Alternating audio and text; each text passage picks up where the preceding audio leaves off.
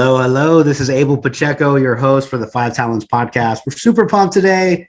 Mr. Brandon Burns with us.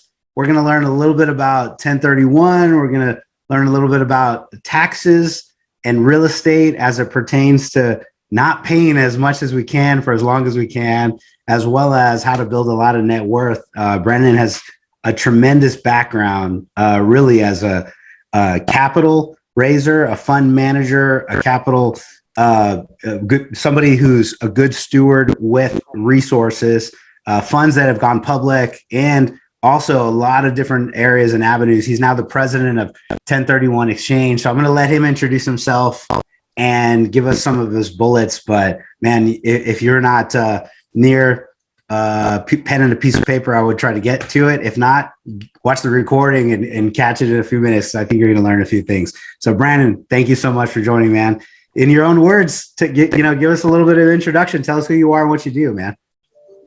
Well, it's a pleasure. Thank you for having me on today. Nowhere else I'd rather be on a Friday, that's for sure. So my journey has been really interesting. I have a little bit of unique perspective starting out in investment banking, moving over a number of years in the syndication and a kind of group investing, if you will, and then to being in a senior leadership position of a 1031 exchange firm. So, today where I'm at that I think is unique is because that a 1031 exchange is a very important part of the transaction, and it can save a lot of tax dollars, and that can really create some wealth. But being in the position I'm able to see, kind of sit bird's eye view over 100 transactions a month, and that gives me a little bit of unique perspective. Just being able to see so many moving parts and see some things that are working, and just have a lot of data. Right? I think that private markets are interesting, and real estate is the most interesting private market, because in a regulated or public market, you can't, if you have material non-public information and you act on said information, you go to jail, right? Like Martha Stewart, this insider trading, right? In private markets where there's less regulation, you have access to non-public information and you act on that information, you can make a lot of money. State is probably the one market that's fairly unregulated, where you also have the ability. So from kind of framing it that way, I think hopefully I have some good things to share, and we can have a great Friday afternoon kind of talking about great things that are happening and how to build wealth, because that's important to me. I know that's important to you, and I'm sure that's important to your listeners. Absolutely. Absolutely. Yeah, you've got well, sorry to interrupt, and your background, right? It's a very unique perspective indeed, because it looks like you started in the 2000s as an analyst, and then you went to, essentially through Realty Capitals, had some high level positions, served as VP director of our capital markets, worked with some family offices, $500 million funds to $1.5 billion portfolios. And, it's a background, man. So, maybe elaborate a little bit of unpack that. What does that mean? What did you actually do leading up till today? Yeah. So, coming out of school, I was more on the analyst side of investment banking. I was first investment banking, and then also real estate private equity, right? But really kind of understanding the nuts and bolts and the things that everything is built upon. So that was a great place to start. Long hours certainly, but I think you need a good foundation. And I think sometimes kids coming out of college don't always have the ability to build a firm foundation. And I'm really grateful that I was able to be in that position and do so. Then after being an analyst and working in investment banking, in real estate, there's often arbitrage opportunities, right? And there are arbitrage opportunities locally, and arbitrage obviously means where you could potentially buy or sell one thing to one person for one value, and you could buy or sell that exact same thing to another person for a different value. So or they were capital firms. I was kind of a mid-level person where we would, as a real estate, would have sector-specific funds like net lease or hospitality or healthcare, retail, or otherwise multifamily. And we would go talk to financial advisors and say, hey, if you have a wealthy client and you're recommending that they put some of their portfolio into real estate, we think our real estate may be the best or a good suitable option for them. And let's explain why. And so my clients for 4 or 5 years were financial advisors. So, I then got to sit, in my opinion, next to some people that were really intelligent and really bright, had some great ideas, and talk to them and be a bit of a technical expert on the real estate that my firm was doing. At the time, like I mentioned, there's arbitrage a lot, right, in real estate. And at the time, there was an arbitrage between public markets and private markets. So private markets and triple net real estate was paying, or you could buy it at a 6 to 7% cap rate, but the same asset traded on the public market, stock market, at a 4% yield. So the difference between a 4 and a 6 to a 7 is a little bit over 50%. So the company that I worked for would put together $1 to $3 billion of that sector specific. We're talking here about net lease, either double or triple net lease real estate at a 6.5 cap rate. Once there was enough to take public or sell it to a public fund that was trading at a 4.5% yield, investors would get the natural cash flow about 6% for a year or 2 or 3 or however long it took the company to compile $1 billion plus worth of assets, and then take it public or sell it to a public firm at 30 to 40% over, because there's a bit of a teeter-totter between yield and value. So if the yield goes from 6.5 to 4.5, then what happens is the value tips up too. So investors would get a 20 or 30% bump on the back end whenever that happened. And so that was a really cool experience to kind of learn about that. But in the efforts of transparency, I got a little bit too big for my britches at that time. I thought, hey, this is easy. look at what we're doing. Making all this money, exploiting these arbitrage opportunities. I'm a mid-level person. I would like to be more of a senior person, and it's really easy. Yeah. And so, I turned 30, and I say, I want to kind of take the next step career-wise. And at the company that I was working at, there wasn't a really clear opportunity to take a really large step. And so in my infinite wisdom, at my ripe old age of 30, I decided, well, I've been a part of raising billions and billions and billions of dollars. I've been a part of stuff going public, never at the front of it, but I've been, part of the army of it as it happens. If maybe there's another spot where if I can't clearly take a step internally, then maybe I need to clearly take a step externally, and I can just go recreate everything that's being done easily. Turns out that's not the case. Like a $1.5 billion portfolio was a little harder than expected to actually amass that, to do the trade, right? But that's awesome. Sure. That's a good thing to learn though when you're 30. If you're listening now, I work with a number of younger folks in their 20s, and they're like, I want to go do what you're doing, and I want to go figure out exactly how to do it and raise capital. And I go, Leo, you really have to remember, I'm 40. I'm almost going to be 43 now.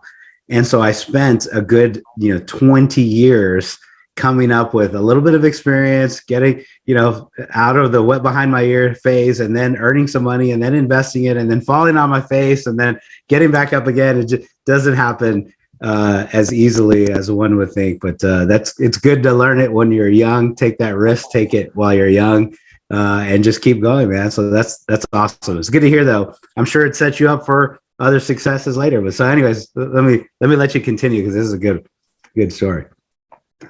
No, I agree with everything you're saying. It's interesting, and I think to take a quick step aside, in the world we're in today, where you can get your food fast, you can be connected globally, like we are. digitally. You can see what your friends are doing without even asking by opening social media. Everything is at your fingertips, right? And sometimes there's value to time, and there's value to experience. I'm grateful that I've been able to learn that. So I left that capital company and said, okay, well, if I can't, if there's not a senior position, a clear step career wise, I'll go do that. And I joined a really good a real estate developer backed by a family office. We talked about building that model.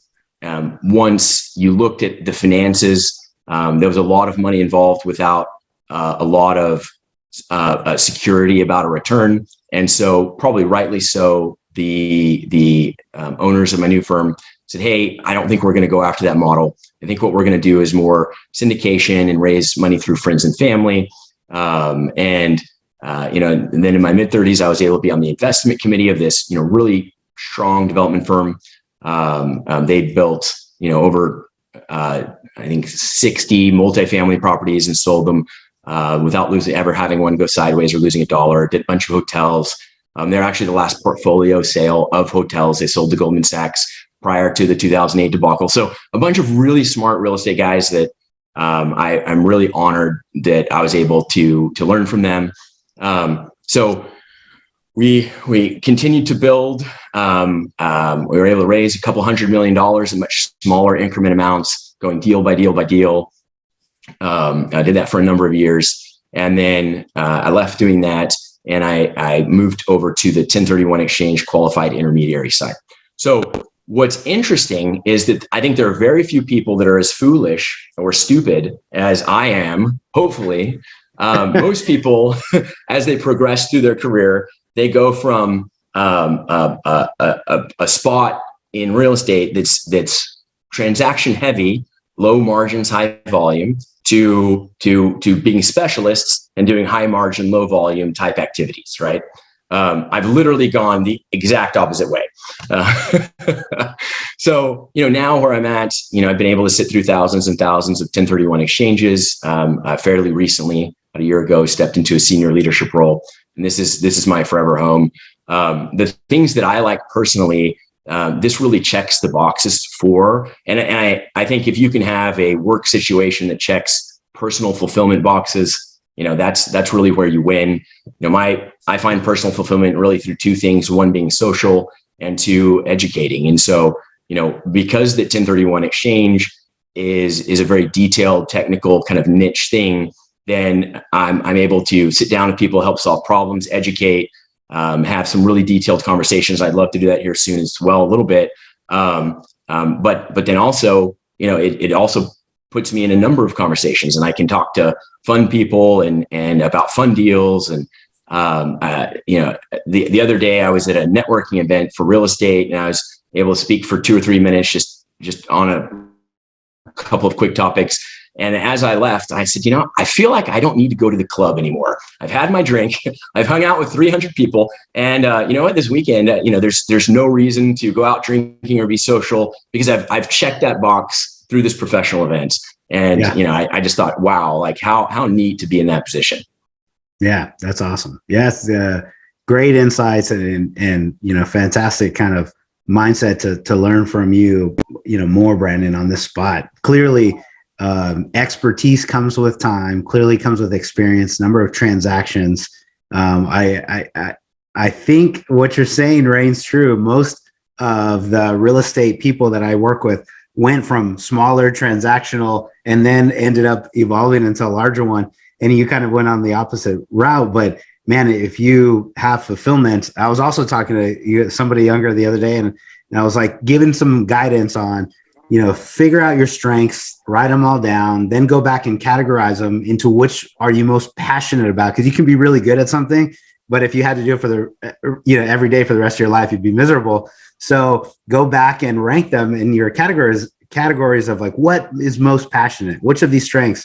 And if you can find a job or find a role or a gig or profession that puts you in that high strength, high passion area, like you're saying, man, it feels like, oh, I had a good time. I did get to network. I'm a social person. I get to get out there. That does help my awareness. It helps my business. And now, for me, I've got a soon to be 5 and 3-year-old this week, and it's like, oh man, now it's time to hit the family, spend some time with the family, hit the hit the spot here at the house, and just enjoy life a little bit. So that's good. That's good. You said so much more eloquently than I did. You're No, you did. It's good because we're here to talk about how to build wealth like the 1%. But that's part of it. Like, if you're not happy doing what you're doing, you're not going to perform very well at whatever you're doing, whether investing, whether you're strategizing, whether you're trying to put together your platform to create wealth or keep it and preserve it. Either one, man, if you're not having a good time, then it's going to be a lot harder no matter what. So anyways, thanks for sharing, man. So in your spot today, I do want to talk about 2 things before we go, right? 1031s and the value and the power of these things. Because I know it's an intricate topic. There's some rules to it. People's eyes sometimes roll over backwards, and you're like, well, I got to pick a property, and then I got to pick 3 of them within a certain amount of time, and then I got to make sure I work with a qualified intermediary. And how do I do that? So I'll leave that part to you to explain. But what a powerful tool it is to be able to not pay taxes today, defer them later, and then maybe leave those to your children at some point where it's, tax free at some point, right? So all of those things are good to learn about. The next one I do want to talk about is like just the trends. And you've seen so many different types of individuals, how they make money, how they create their wealth. So maybe we'll start with the 1031 because, you're here on the topic. Want to make sure we have that. And then we'll kind of flow into the trends of different, wealth statuses or classes you've seen. But man, so what the heck? 1031, how do I do it? What is it? How do I make money from it? How do I avoid taxes? Maybe give us the high level and we'll drill down.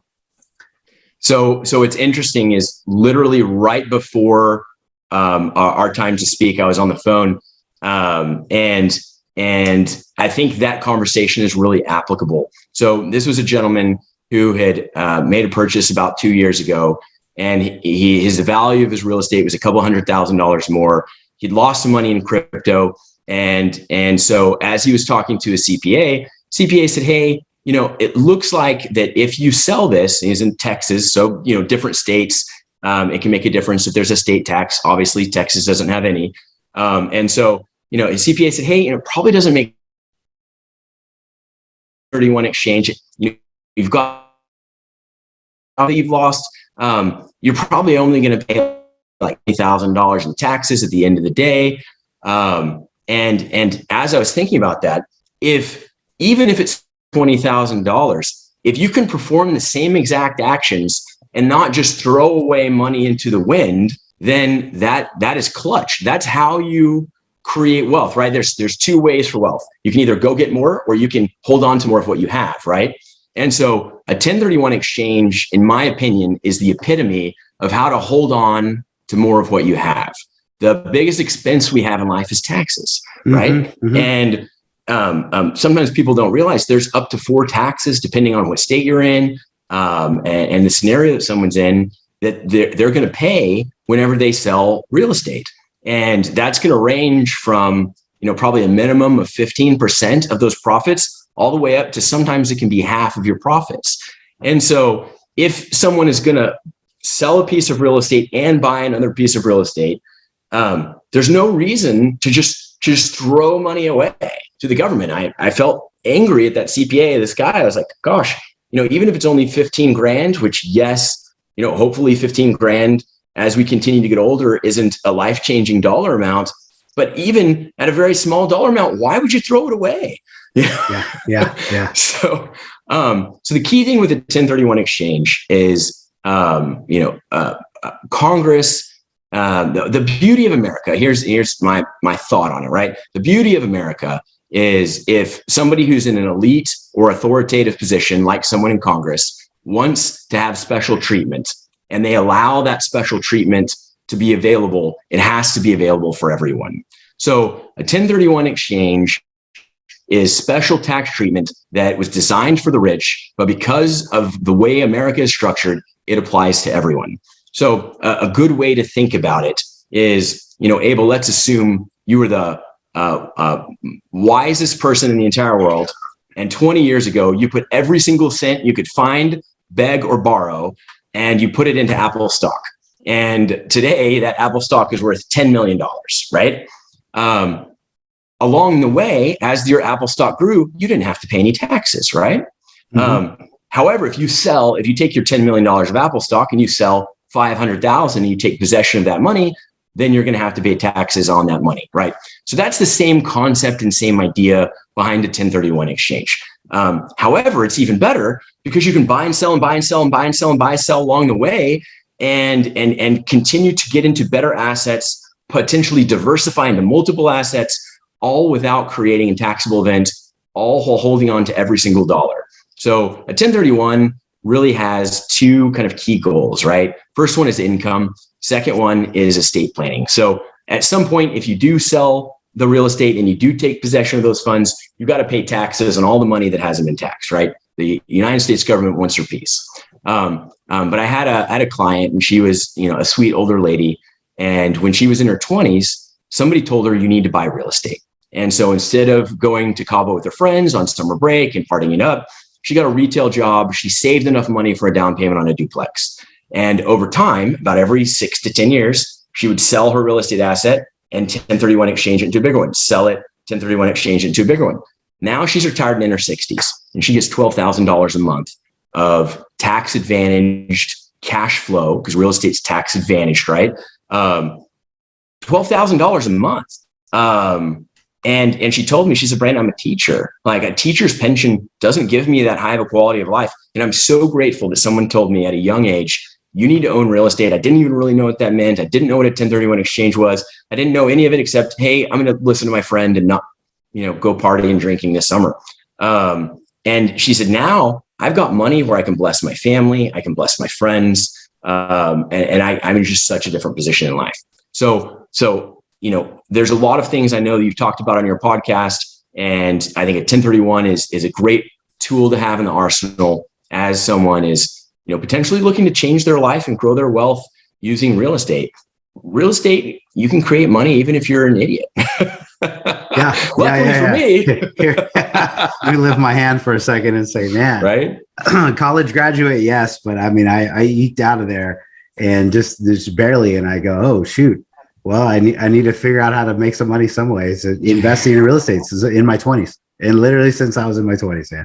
That's amazing, life changing. Mm-hmm.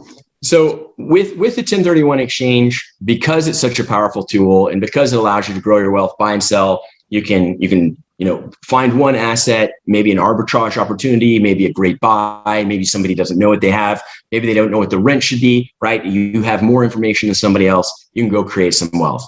Yeah. And then you go to sell it and say, hey, I want to sell this because I probably maximize the value or come close to it. And now with a 1031 exchange, without paying any taxes, without sending a third of your money to the government, you can roll it into one, two, multiple different assets.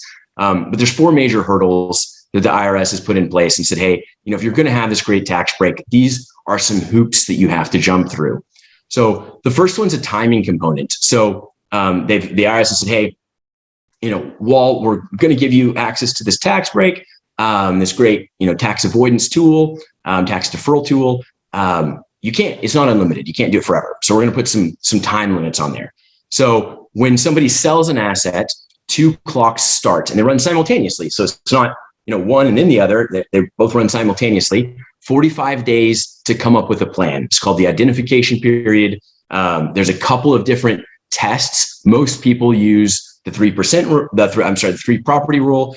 There's a couple different ones depending on someone's situation, but there are limits. If you say, okay, you have 45 days, you got to come up with a plan. And if you use the 3 property rule, then your plan maxes out at 3 properties. So you say, okay, I found this great property that I want to buy. I'm putting it under contract, but I'm going to have a backup or 2, or maybe take their money.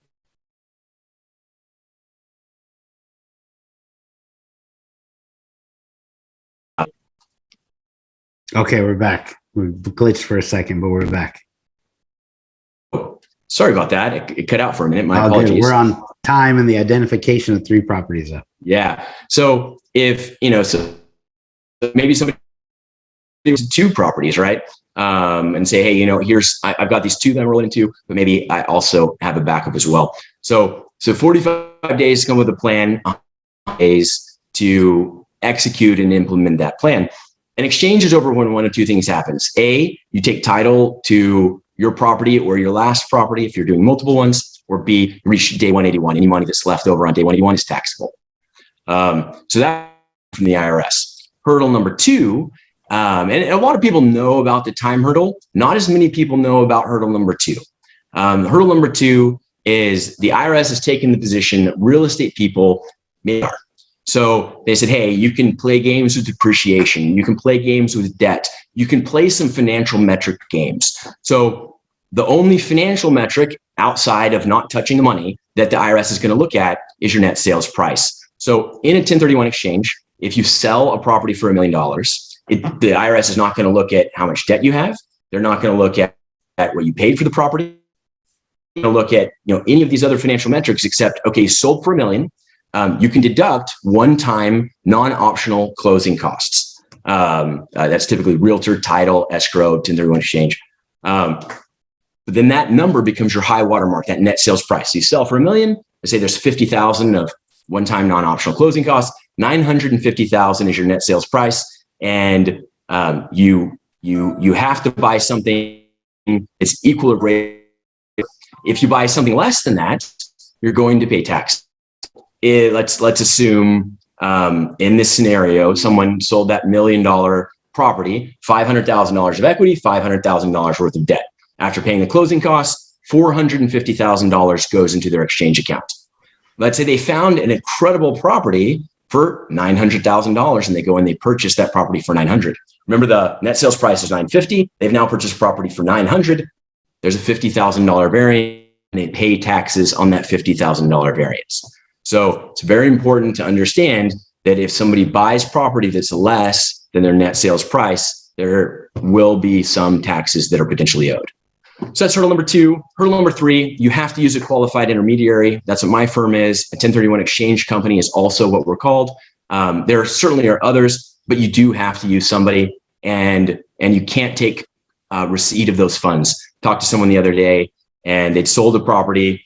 They had cross-collateralized assets. So the lender of the bank said, hey, we're going to hold on to this money and kind of collateralize things. It's like, okay, no problem. Calls me and says, hey, now I'd like to do an exchange. Unfortunately, it's a taxable event. He already had the other property lined up he was going to buy, and he threw $400,000 into the wind. He did $400,000 went to the government that did not have to go to the government because he did not have the conversation early enough, and he took. So it's terrible wealth destruction, right? So it's important to talk to a qualified intermediary, talk to a 1031 exchange accommodator prior to selling what you have, prior to the close, because you can't touch the money. Yeah. And then lastly, the IRS, these taxes are not eliminated, right? They're just deferred. Just like when your Apple stock was growing, those taxes weren't disappearing; they just weren't being paid at the time, right? Mm-hmm. So the IRS says you have to have continuity of taxpayer. So if you change who's on title before you sell, there's a clear record of that with the taxing authority of the county, right? Change who's on title afterwards, clear record. But if you change who's on title in the middle, it gets really dicey. So it's really difficult for the IRS to track. So if you and I sold a property under a partnership and that showed on our tax return, on our partnership tax return, I went and purchased a replacement property by myself, and then show that on my tax return, the IRS loses the ability to track those deferred taxes. And so it's very important to make sure that it shows up on the same tax return or it gets disallowed, which is the fourth hurdle. So I know I ran through that kind of quickly, but those are the key things to know for a 1031 exchange. I love it. Great. I told you, grab a pen and a piece of paper. And if you didn't catch it, you can hit rewind and say, what are the steps? Here's another key piece of information that I've learned across the way, like how wealthy build, their estates and how they carefully make sure they preserve it, and how to make sure they preserve it for the future. They don't operate alone. There's not one person that's just so wise, and in his infinite wisdom can make all the right plays. That person in the Bible is called Solomon, and he was like, never was there a person as wise, or never will there be again. And if you're not that guy, then ultimately it's like, I've got to work with a team of experts. I got to work with people every single day, day in and day out. They deal with this. They know how it behaves. They know the rules. They know what has changed, and they know what's gonna change, and they can help you with your strategy. And so that's why having an expert on your team, that's why reaching out in advance to Brandon, his company, his team, and just makes a lot of sense, because you're trying to figure out, well, what would be the best play, and that they're going to advise you, they're going to guide you and show you how to do it, and show you what to be concerned with, and what you maybe want to invest in another piece of real estate, or you want to go to syndication. There's extra complications. Trust me, I know there's extra complications from the syndication side coming in, and all this extra hoops. So you're like, you've got to have experts on your team to help advise you, give you strategy. And that's part of creating wealth, if you don't have any today, or preserving it once you've attained a little bit. So on that note, Brandon, man, thanks for breaking it down. I really also wanted to spend some time with you, because you've seen a lot of plays, you've seen a lot of strategies from various different investment types. The individual, the person that's just doing what they should have been doing from their 20s to their 60s. You've seen the larger family offices, maybe their family or families have put some capital together, and they have 10, 20, $50 million to invest in some of the larger ones, right? So maybe give us some of those the angles that you see a lot of people using, maybe as they're starting out, from the few $100,000 to a few $1 million. What are the plays that you see that they make to create that wealth? And then we'll build on that a little bit. But what are you seeing? What have you seen over your career?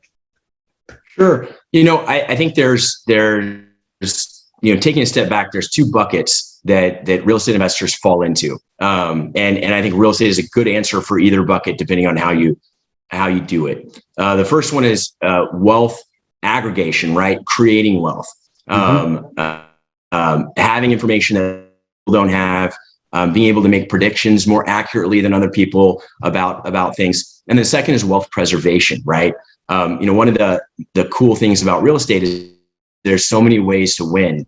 Literally buy a property, zero appreciation, and have an asset that the rents that you're receiving are not more than the debt, and over time your tenant will pay off the loan, and you'll own an asset worth hundreds of thousands of dollars, maybe millions of dollars, completely tax-free, or completely free and clear, no debt. Right. So real estate tends to appreciate. Often you can get cash flow from real estate. You get great tax benefits. You can buy and sell. You can diversify without having taxes. There's so many different ways to win in real estate.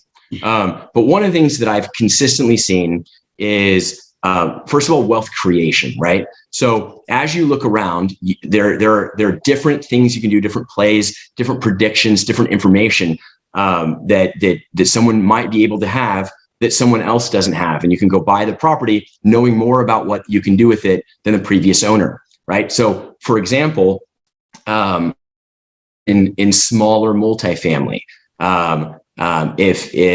if someone owns a smaller multifamily unit, often they like, and if their tenants pay on time and property, then it's difficult sometimes for the landlord to raise the rent. I have a good tenant, I really don't want to raise the rent. What we've seen in this last market cycle is the value of real estate gone up in excess of 10, 15, sometimes 20% per year. So income producing real estate and invest real estate, at the end of the day, the true value of it is the income that it generates, right?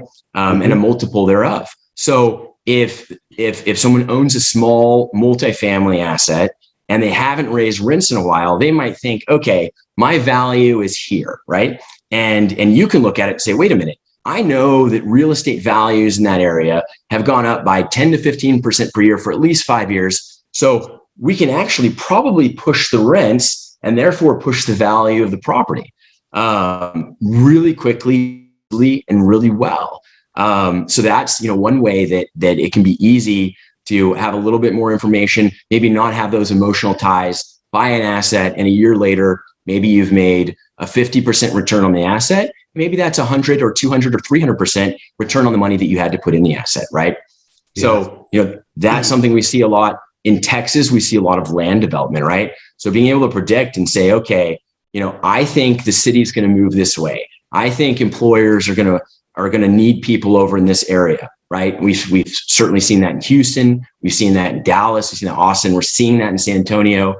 The growth is crazy. I grew up in Dallas, in the McKinney-Frisco area, which in the 80s, my dad bought some land. It was in the middle of nowhere, for $5,000 an acre. The city just literally grew out.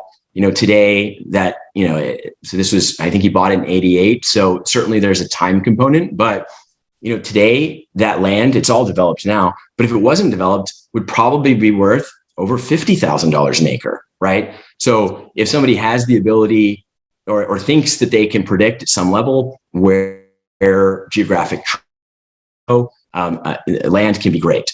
In the state of California, they've eliminated single family zoning. So in the beachfront communities, there is nowhere else to build, and there's a number of people, especially this work from home and other things, that say, hey, I'd like to live close to a beach. So there's significantly more demand than there is supply. So the legislators at every single level, city, county, state, have said, hey, we're going to allow people to build up to 4 units on any piece of land as long as there's room.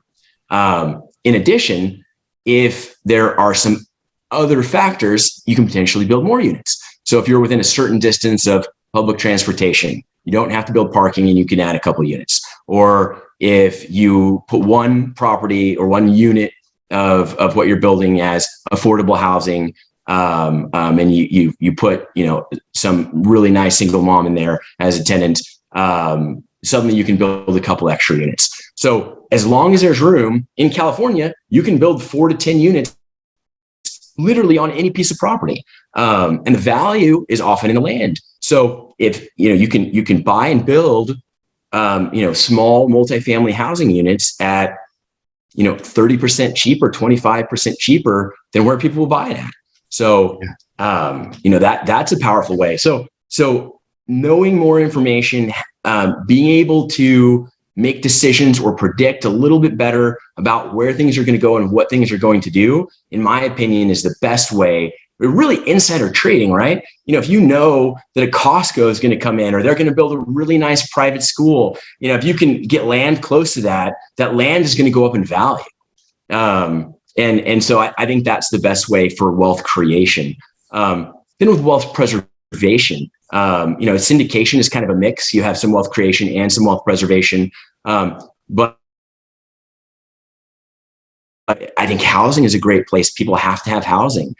We've seen a shift from retail to industrial.